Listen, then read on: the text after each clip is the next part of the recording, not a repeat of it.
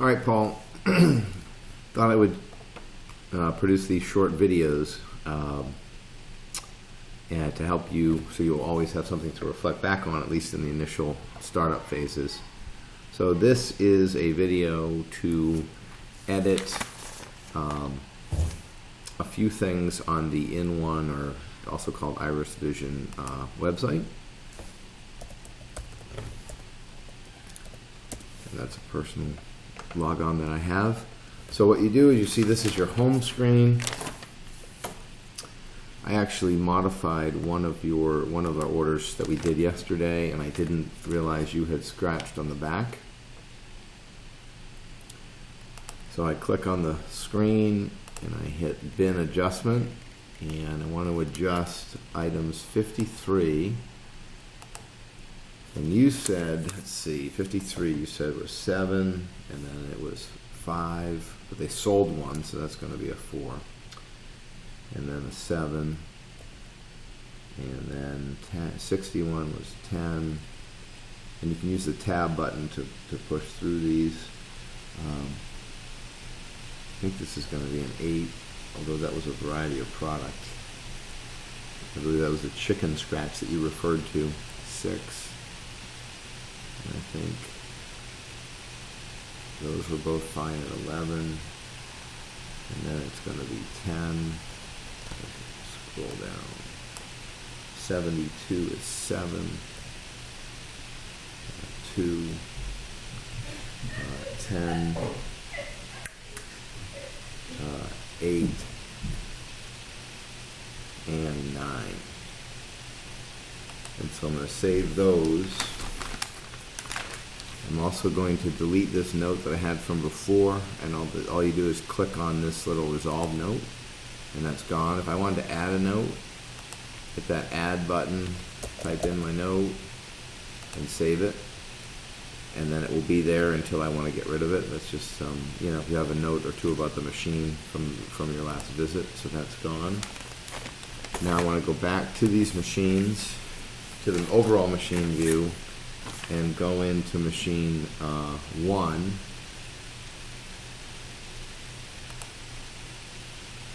And this one, I did already, you can see that it's been reset, so the pars are now equal to the on hand. And I just need to adjust a few of them that we set. Number 15, this should be 7. And then the next pop chip should also be 7. And then 25 should be 9. And then 34 is, let's see, 34 is 21, and 44 is 11, and 53 is 4, and 54 is 0, 54 is 0, and 55 is, oops, I'm sorry, 61 is 5, 62 is 4, 8, 7, 65 is fine at 10, that should be 9, and the rest good. So then we hit save. Now there was also a note, I want to add a note, number 54, currently Fiji water needs to be narrowed with side wall condition.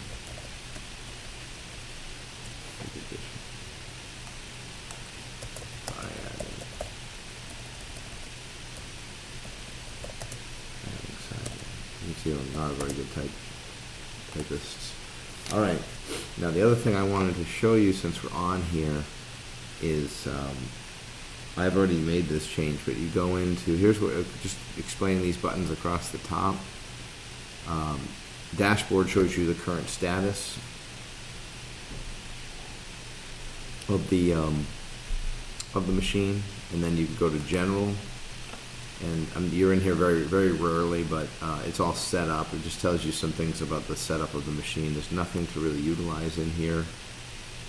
Device ID is important, don't mess with that. Yeah, make no changes there. Occasionally you'll need to know the model number, which is this 2967, but that's rarely. Layout, this is, do not mess with anything on this screen. This is how the machine is set up. This is the 1, 2, 3, 4, 5, the 6, 7 rows on the machine, and how they are programmed. So they're all set, and that's how we make changes to it.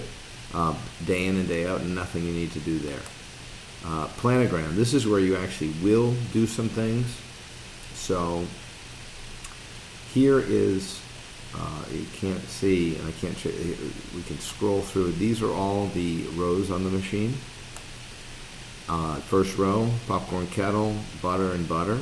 Popcorn butter, I had to fix those. They had said chili. So the way you do that is, here's all the active items that are in the software right now.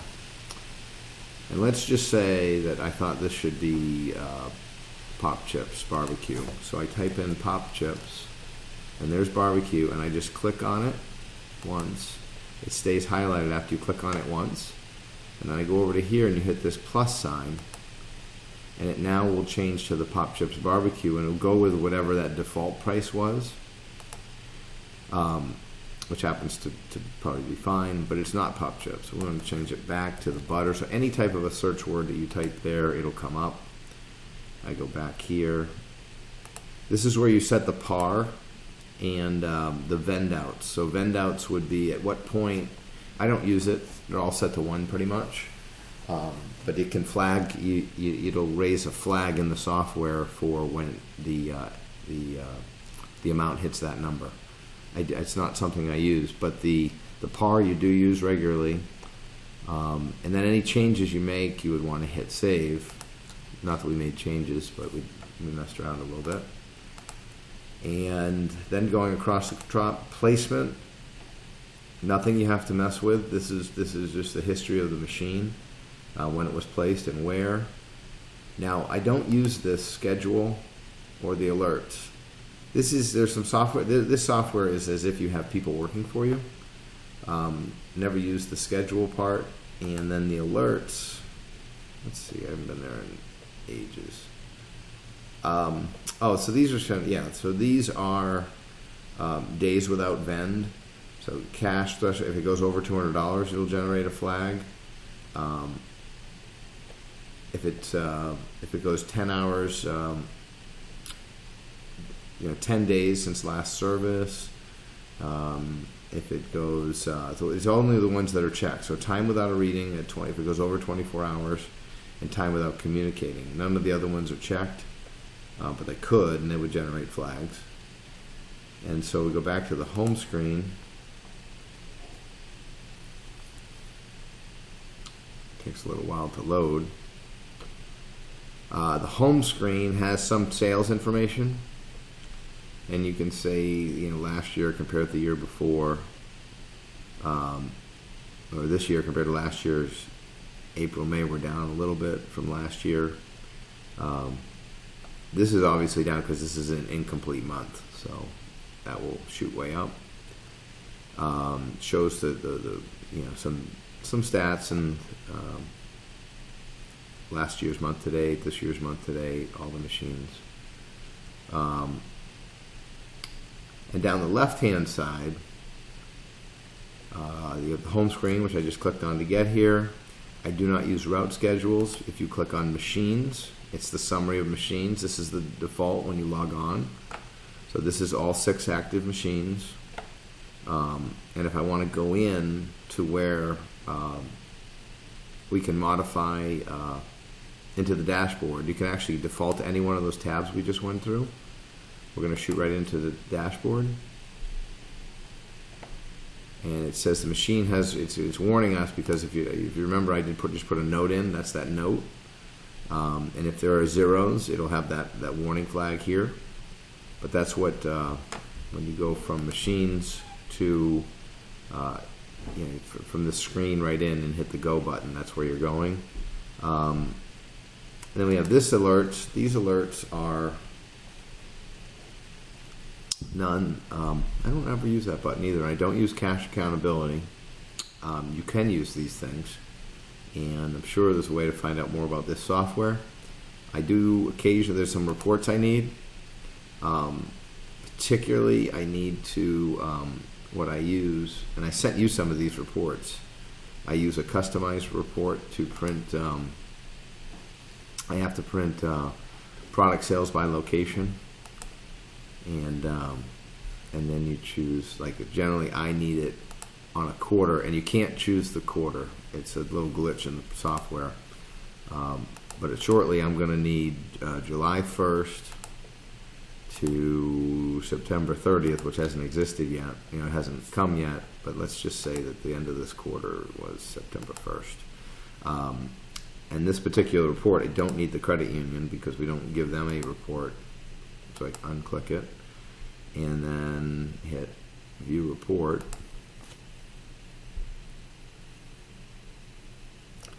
Takes a little while to come up.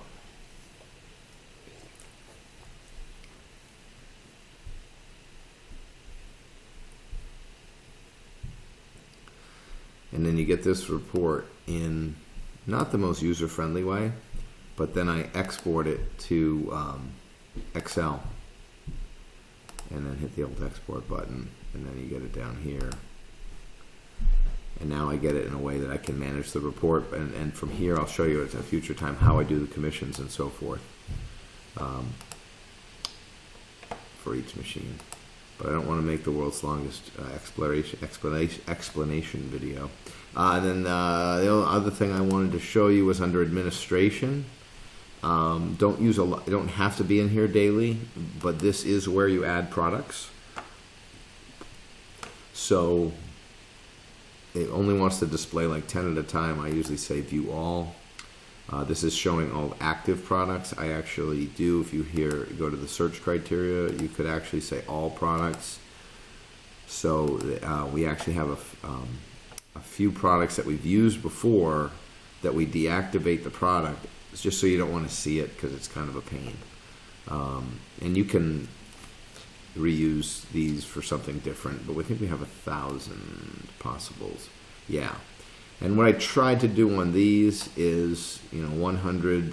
These start off with chips. So the early 100s up to 150. Well, before we got in the whole oranges, the first 150 I tried to make them chips. So maybe up to 200 is kind of chips, and then it goes into bars at 200.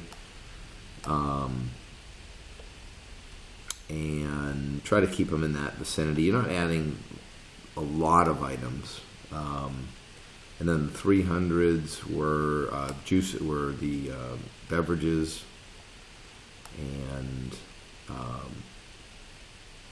I got into in the 400s. We started adding like almond milk and those kind of things.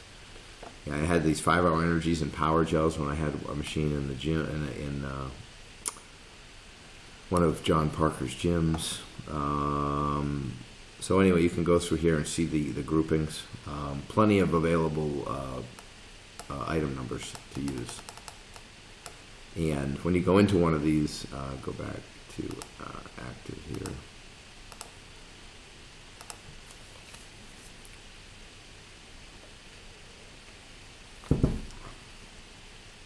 Come on. And again, you have the option to, you could actually, now you're always going into the edit product. And it's not a lot of information here on each product. It got its product number, the description, make it anything you want. But it's only going to show a certain amount when you're using it. You have to make it active. The type of snack, you can choose from all these options. It's nice to keep that accurate. what is important here is that we get the price right and the unit costs, because that's how the commissions are built. And that's also how, I want to keep this update this, make this accurate, because that's how we'll determine the inventory at the end, back in March. I'm going to cancel out of this because I didn't make any changes.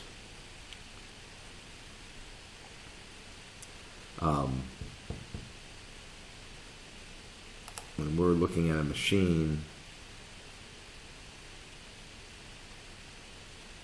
it takes a little while to load. I guess a lot of people do their work on Saturday morning. It's pretty handy software.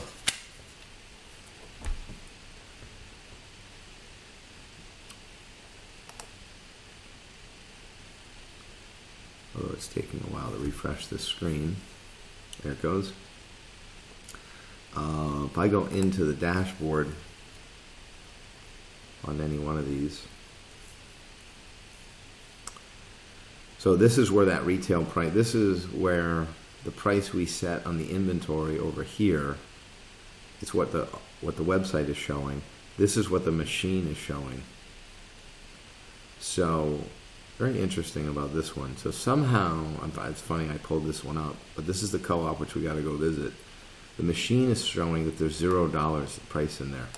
So in other words, you could just push that button and get the product. Vadim messed up the programming on this one, so I gotta go fix that. But the kids didn't figure it out because it's showing 10 on hand. So I've never seen that before. I noticed it the other day. Obviously not very profitable to be set that way.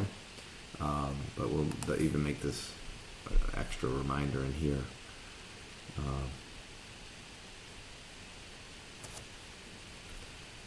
Just about done with this video. As soon as I post this note, there it is. Item number 11 has no price. Weird. Don't know how that happened. So I'm going to log out and make you another video on ordering and another one on the human website.